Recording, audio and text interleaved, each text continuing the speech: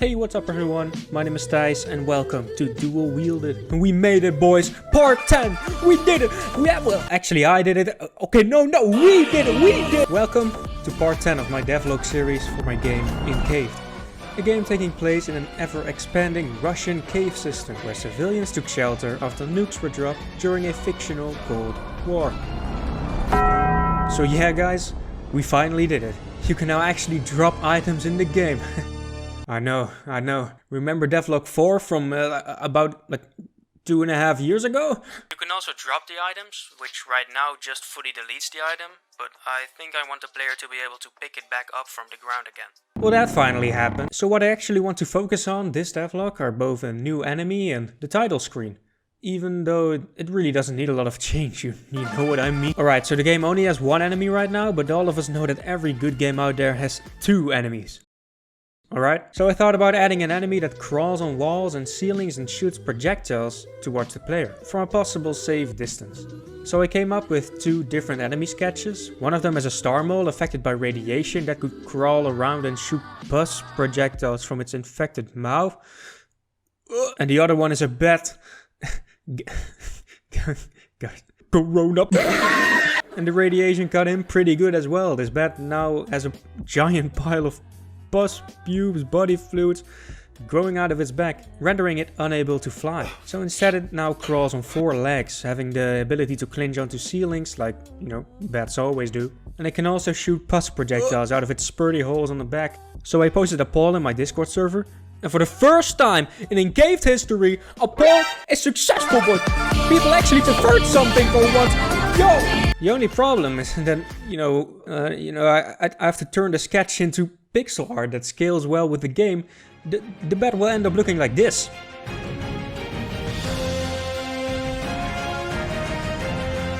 Now I can obviously just fiddle with this since, radiation guys, wow, he grew a lot because of radiation. So this is what the bat ended up looking like. It's probably the best I could do.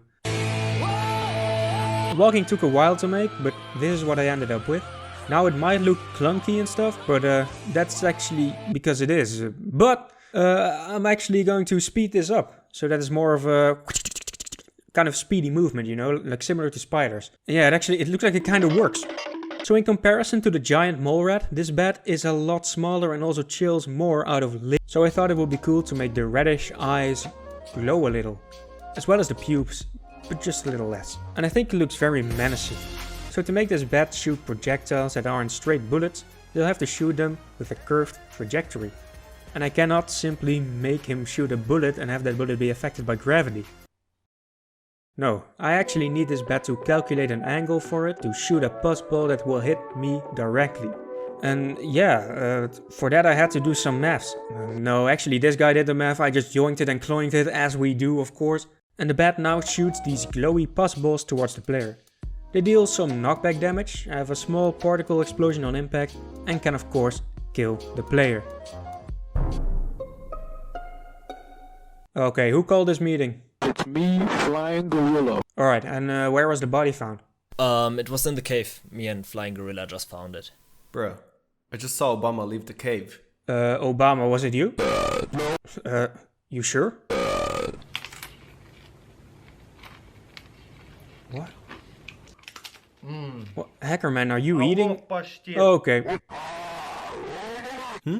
Yeah, the bat can vote for me. Guys. CJ hasn't said anything yet. Where were you, CJ? Okay, get on out of here.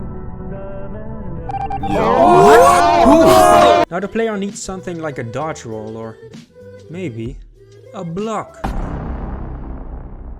Yeah, I didn't implement it or anything, I worked on the title screen, as you do. But I will add an actual functioning combat system later, since right now you're just slam bamming and running away constantly. The ability to block, dodge, parry, those would all be pretty cool. And a decent combat system needs at least one of them. But yeah, more about that in a future devlog. For now I wanted to finally make a logo for the game, and with that came an entire main menu, so yeah. And I wanted the logo of the game to have the same effect as the game over text has, where the word Incaved is written in Cyrillic alphabet in Russian behind the English word. Now I expected this to be a problem, since the word incaved isn't really a word anyone ever uses. Chances are you haven't ever heard of it anyways. And that's because it's really an unnecessary word. It means enclosed in a cave. Why don't you just say they're enclosed in a cave instead of making a word specifically for being enclosed, but only in a cave? Why English language? What the? Most other languages don't really have a word for encaved for that reason, including Russian. But I asked one of the Discord mods, and apparently v pещере loosely translates to in a cave or in the cave, which honestly works for me, and if it doesn't for you, see it as some kind of subtitle, I guess. Well, here's the logo, looking pretty solid I think. Now for the title screen, I started drawing shapes, in the shape of a gas mask. And it looks pretty stupid right now, but by making the colors look like they make a bit more sense, it still looks pretty stupid. So adding details and shading should fix the problem. Now I'll just add some snow, add some more snow on the gas mask. Now for a second layer, I made another snow pile with a flask and a flask pouch, as well as some rocks, all of them covered by some snow. Now for the rock wall, smack it right here, add some snow, add Export it to Unity, add a parallax, post-processing, a layer of snow, a second layer of snow, and a third layer of snow. And this is what I ended up with. Honestly pretty happy. I feel like it looks pretty cool. Working on this, it took so long, it could have been a devlog on its own. Instead I decided to scream for 10 seconds straight. And that's actually it for what I've added since. Now over on my Discord we held a banner competition where everyone could send me an image of whatever they wanted, and I had to use the winner as a YouTube banner for an entire week. The community itself could vote for the banners, so it could have been anything.